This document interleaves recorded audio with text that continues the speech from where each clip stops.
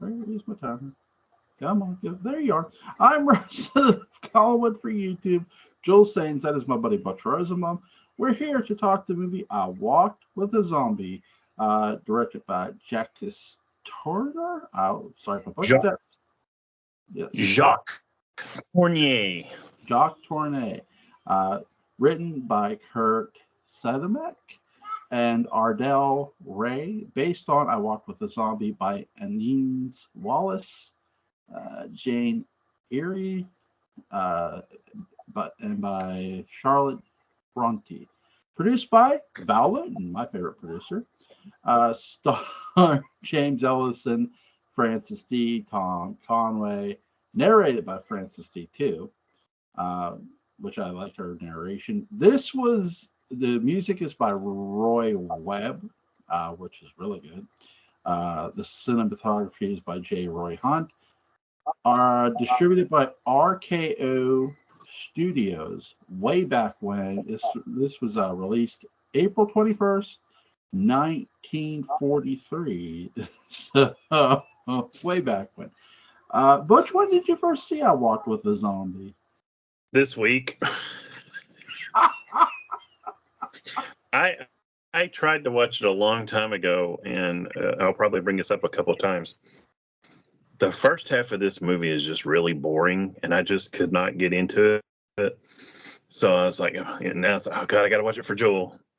So honestly, the first time I've sat down and watched this whole movie was this week. Sorry, the movie doesn't really pick up until after she accepts the job and she gets there. And she starts hearing, she's out on a date with one of the brothers or having dinner with one of them. And they start playing music about the family. And you can tell, okay, there's something going on here. Like more than what is being said. They're building the intrigue that my favorite show builds, intrigue, which is Dark Shadows. They're building that there's some sort of mystery about their secrets and stuff, and that the brothers are jealous of each other. There's also the mother of the two brothers, who I literally forgot about her character in this movie when I went back and watched it. And it's because of her literal late revelation is why. Because you really forget about her because the brothers are more interesting than what she is, and she just isn't in the movie enough to almost matter, which is weird. What did you think of that? I think you're being generous calling either one of those fellas interesting, but they are more integral to the plot. Yes. Just to go over quickly what you're talking about, there was an article called I Walked with the Zombie that Jacques Tourneur did not like. Actually, I think Val Lewton didn't like it, and they rewrote it as Jane Erie, I believe is how it's pronounced, Jane Erie, where you've got one brother with his wife, blah, blah, blah. Something's wrong with her, sends for a nurse. There's another brother. The brothers, are jealous of each other, like you said, and the nurse falls in love with the husband because the wife can't. Oh God! That's the first. For me, the movie does not get interesting until she takes the comatose wife, the AKA, I'll say this word for my wife, the titular zombie of the film title. Takes her to the Hugin, the voodoo priest. Yep. This really was how Hollywood saw zombies until 1967 in A Little Gentleman we've talked about before. But it's talking, for me personally, this is very, very cinematic. It has great. It looks visually stunning. There's some beautiful scenery, but till you get to her taking the nurse taking the wife to the voodoo priest, I couldn't care less. I mean, the only part that's kind of interesting is, like you said, when they're at the cafe and it's the nurse and the husband and the singer. There's a guy who's singing music there, and he's singing about these two brothers that fight, have, and it's the husband and his brother. Um, that's about really the only interesting. It's kind of funny. It's like a fruit, if you will. The outer layer is like the first half of the film, and you're like, oh, this is kind of boring. And then once you get past that outer layer, and you're like, oh my god, okay, this is it. I mean, after that, man, I was hooked. I was in, and we're hitting the spoilers now, folks. We find out that the quote voodoo priest is the mother. Yeah. And she talks about, I started using this so they would be, she was like, you need to boil your water because it'll be clean. And they're like, no. Well, then she starts using voodoo to tell them, you need to boil your water. And then they're like, oh, yeah. There's some vaguely and maybe not so vaguely racist undertones to this film that were a little bit uncomfortable for me. Most of it, you have, like you just said, this movie was made in 43. Some of it you just kind of have to go, that's how people thought then. And you don't condone it, but there's no point in getting all bent out of shape over a 80-year-old film. I think too, I don't think Hollywood themselves, I don't want to make any, well, fuck it, I'll make an accusation. I don't think Hollywood themselves knew exactly what the hell voodoo was, or a zombie, really, for that matter. And sort of, this is their, okay, what is a zombie to us? Okay, a zombie is a walking comatose corpse, an undead corpse, mainly. And so you get, the one thing I will give this movie credit for that it probably doesn't get enough is its makeup design for the zombie. Really well done for the 1943s. And I really love how they handled the voodoo tribe.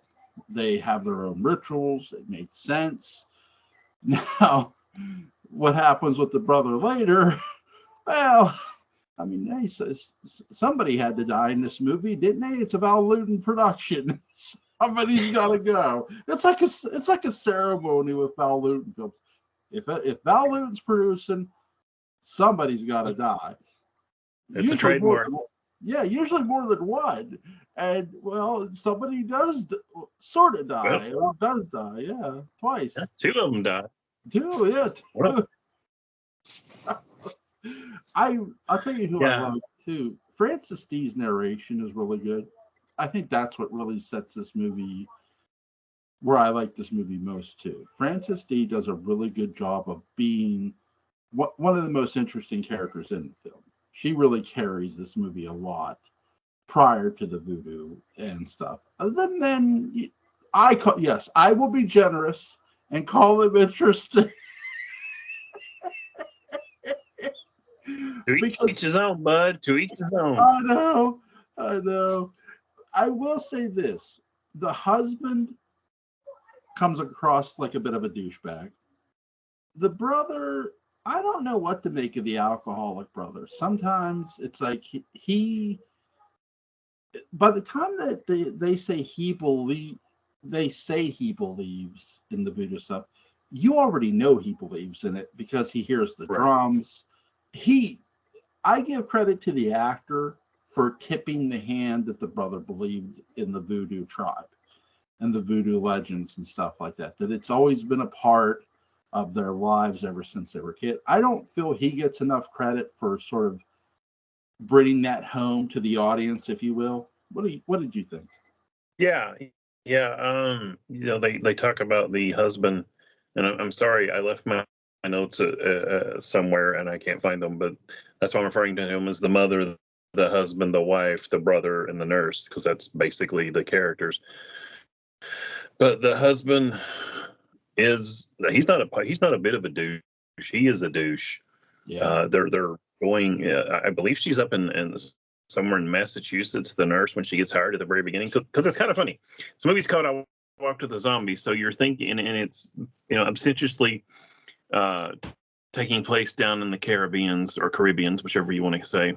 And it opens in like, I think in Massachusetts, and there's plenty of snow, and you're like, well, what? I mean, I just thought that was I was like, okay, I wasn't expecting that.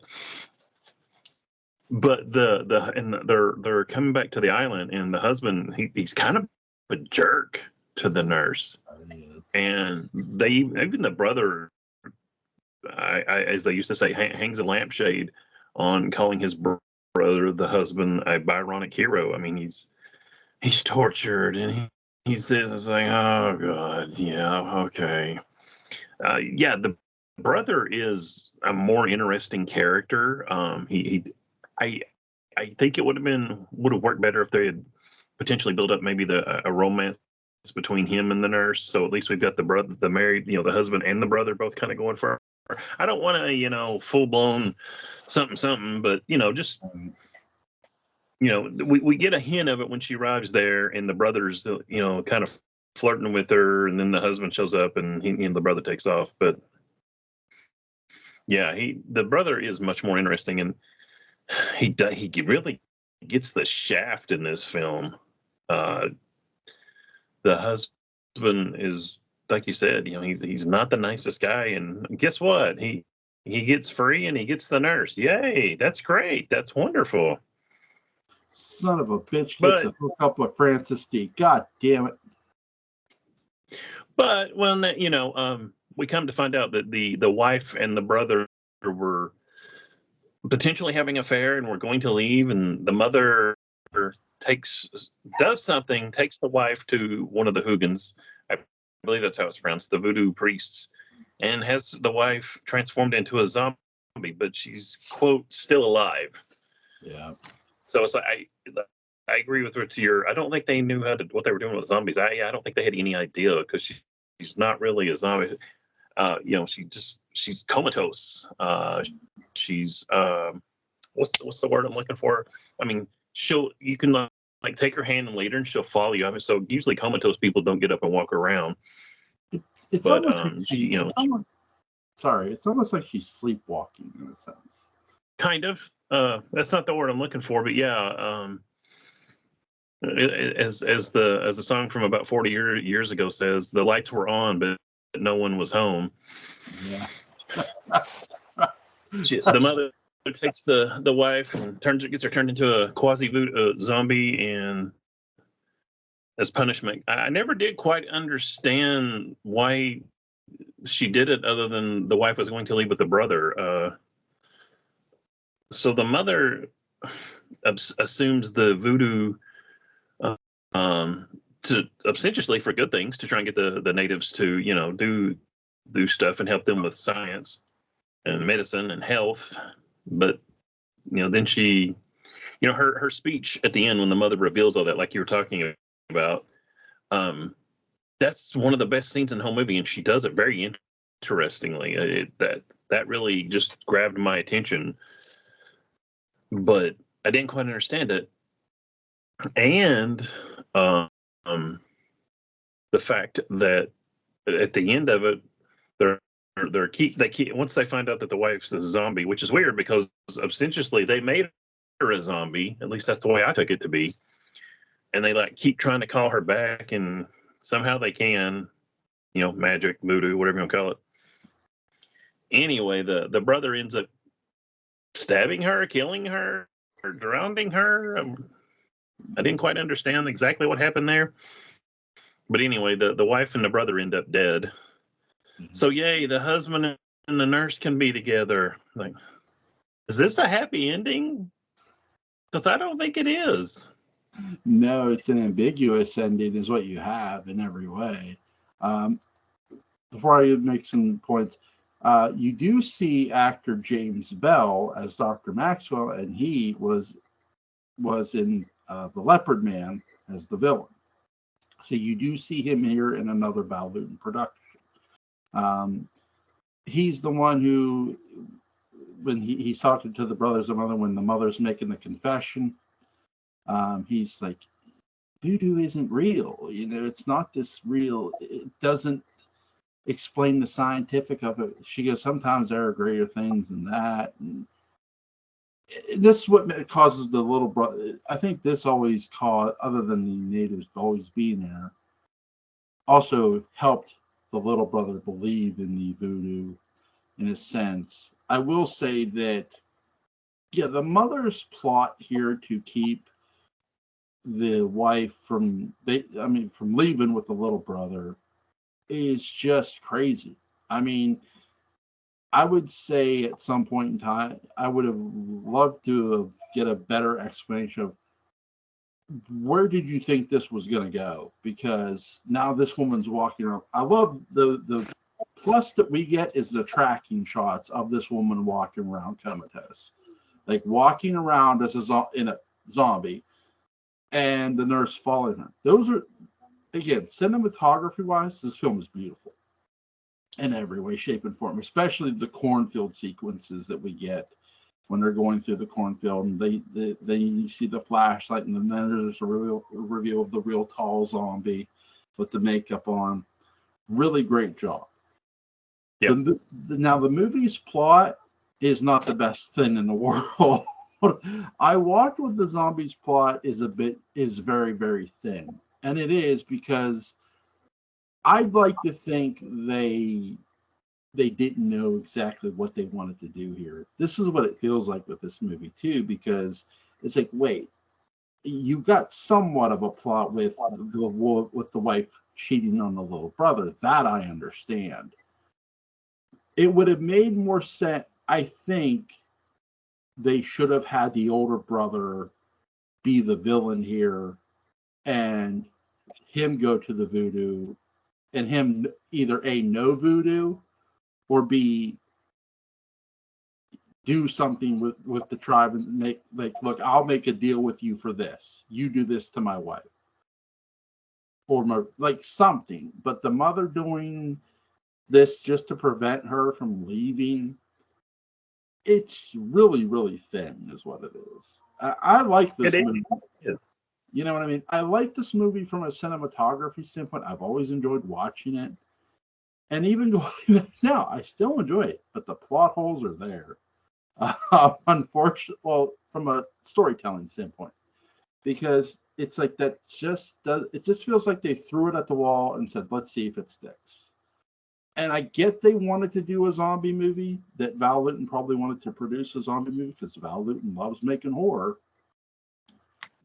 But this, yeah, again, cinematography, beautiful. Plot, not the best thing in the world. Oh yeah. I think he just wanted the title, and that's why they bought the rights to that article, because he said it and he's like, this is boring. And then, like I said, he took Jane Eyre, or however it's pronounced, and turned it into this. I really like that, the husband being responsible, because as it is, the mother is having the wife turned into a zombie so she doesn't run away with the brother. But man, the poor husband in this case, even though he's a jerk, he's the one being punished because his wife is, not there. Yeah. I'm with you. Either she didn't think it through, or more likely it was just a quick, somebody wrote that. Boom, here you go. It would have, if also, because they're sugar plantation owners, the brothers are. Unless they were going to, I'd like to think they initially had the thought of the tribe being against the family. That would have made a lot more sense overall, but they don't really have that either, in a sense. The tribe is just there for heritage sake and storytelling, like for their entire storyboard, because you can't have a zombie without goddamn voodoo or some sort of magic going around. Ask any Dark Shadows fan, and they'll tell you the same, I hope. But yeah, it's, again, storyboard wise, it's not the best thing, but I love the effect of it. Val Lewton, I love him as a producer. Really, really smart dude. Knows what he's doing from a film standpoint. He knows how to shoot and produce and make things on the cheap. But this here, it could have used a lot more story polishing. This isn't Cat People. This isn't Body Snatcher where the guy's taking the bodies and stuff. You know what I mean? This isn't Isle of the Dead.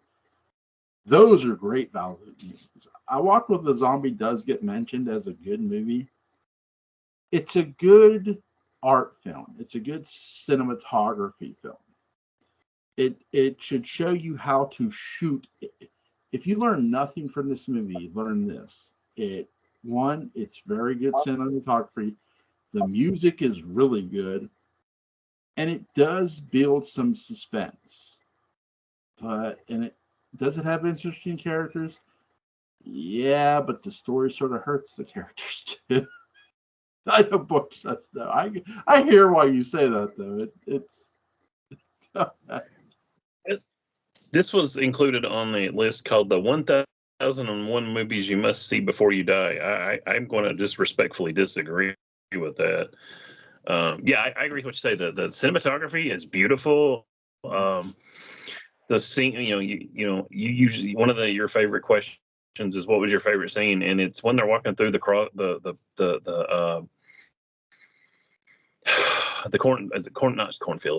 Yeah. Anyway, and they come across that guardian zombie, and the way it's shot, and the light and the dark and the contrast. I mean, I want to say I was like, oh my god, I'm so scared, but I mean, it had a really good vibe with it. Really good flow. Some of it is beautiful to look at, but yeah, this needs some more polish. But I guess with the whole, RKO, low budget, boom, boom, boom, get them out. All things considered, it could be a lot worse. I mean,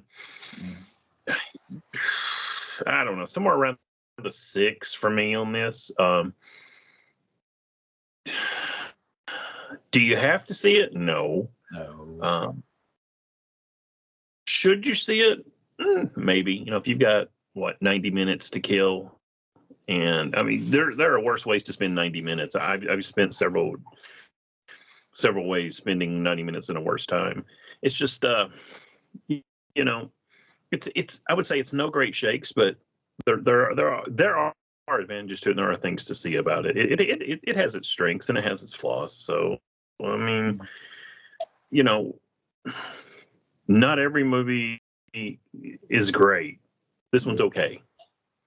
Yeah, and my favorite scene, a little similar to yours, it's the build up through the cornfield as she flashing the light on the objects you see, like the voodoo stuff that you see, the little trinkets, and then the reveal through the cornfield of the zombie. It's really well. I think that's some of the best scenes too, where this movie works very well in black and white for what they were doing. Smart there, and two, the style of the pacing was really well done. I will give them that. Their story may not have been the greatest sin on earth. Was it the worst? No, it just could have been a lot better thought out.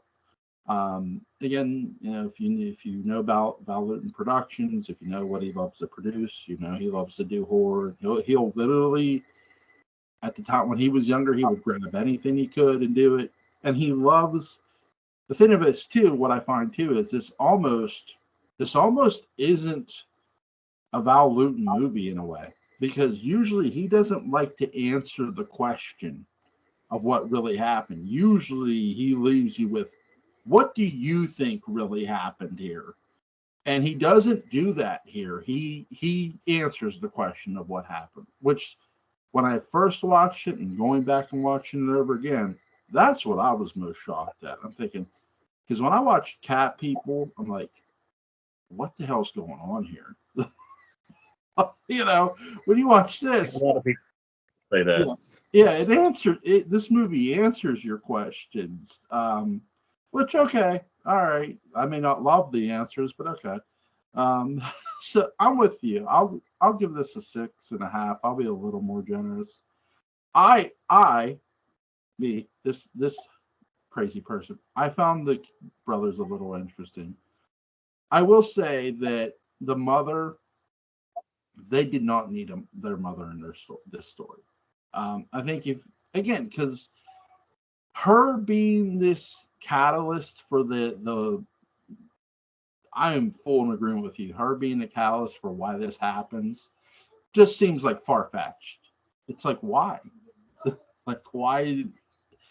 Her reasonings aren't even that good. Yeah. You know, which if that's the case, then that's not great. Yeah. What would you like to add about the movie? I'm sorry. Go ahead. You know, I was just thinking you were talking, and this kind of strikes me as a middling Roger Corman film. Yeah. You know, God bless him, Roger Corman, may he rest in peace. He made some films that just to this day, you know, the probably I guess the best are his Vincent Price Poe flicks. I there's a few others I really like Death Race 2000.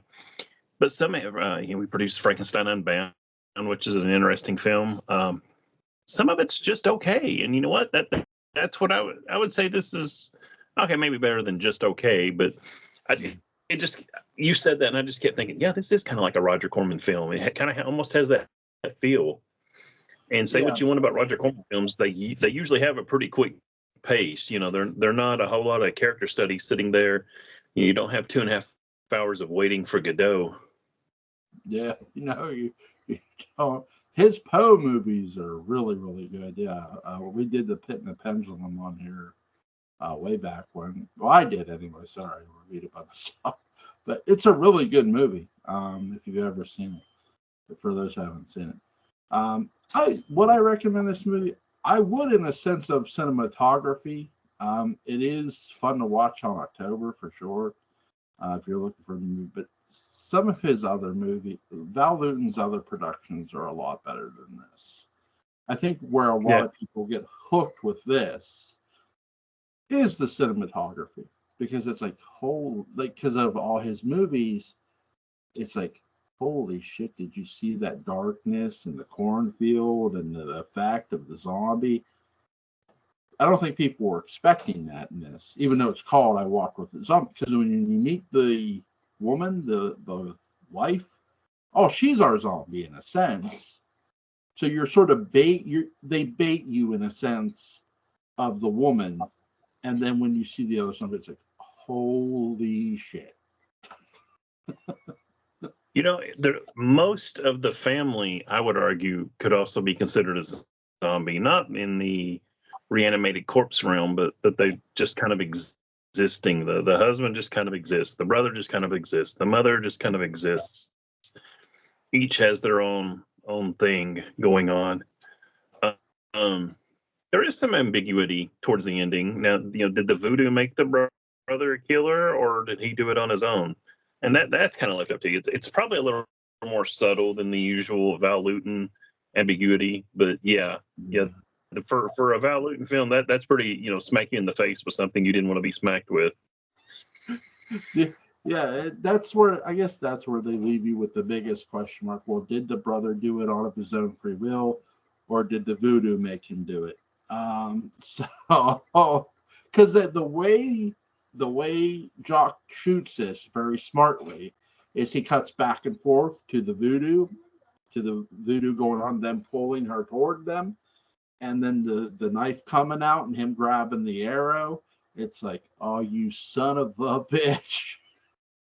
Yeah, the brother pulls an arrow out of a statue, and he goes to stab her, and there's an expert cut to where the voodoo priest has the figure of the wife, and he stabs it. And so you don't have the graphic, you know, man stabbing the woman, but you know exactly what's happened. That was a really good scene, and a really good cut, I think. Excuse me. Yeah, they did a really smart move there, because again, they're leaving you with the audience. Hey, what do you think happened in this scene? And you never really have an answer to it either. It's like, well, did it cause him to stab her? You don't know. You're left with that. And also, you know, did the nurse stay with the husband? You know, or they never say flat out. Given she was getting ready to leave, I'm of the mind she didn't. Yeah, I am too. But it's like, you know, given the time period and all that, yeah, she probably did stay with him. Yeah, I think it's like when you watch Season of the Witch. Okay, did Dr. Chalice get the last TV off the air? Okay, maybe he did, maybe he didn't. Give me 1 minute.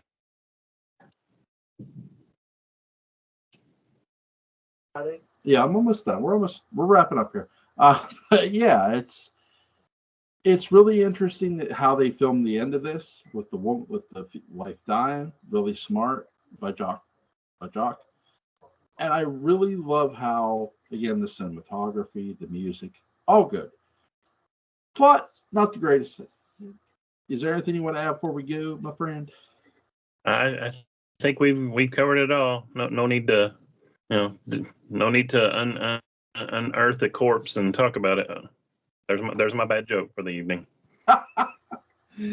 Oh, here, say hi to Butch. Say hi to Butch. Bye-bye. Hello, Kitty. Even though your head is disappearing when Daddy does that, you lifted it up like it was kind of. There's like your cat turned into Batman. Yeah, yeah.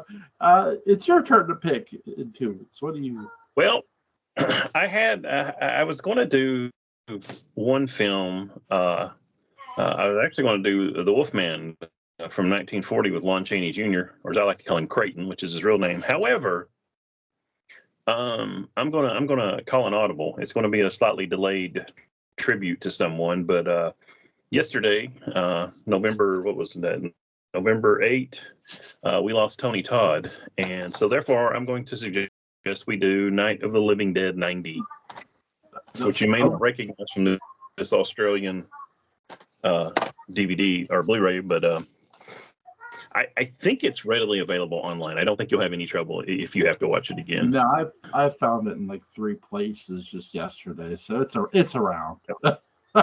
So let's do that in honor of Tony Todd. For those of you that don't know, he played the character Ben in the remake. I was like to do Candyman, but 1, I don't have it. 2, it's not available for free, and 3, right now I don't have time to go looking for a lot of films and stuff. So, and a little spoiler alert: number 1, Tony Todd arrived in Night of the Living Dead in every way. Oh yeah, this was the.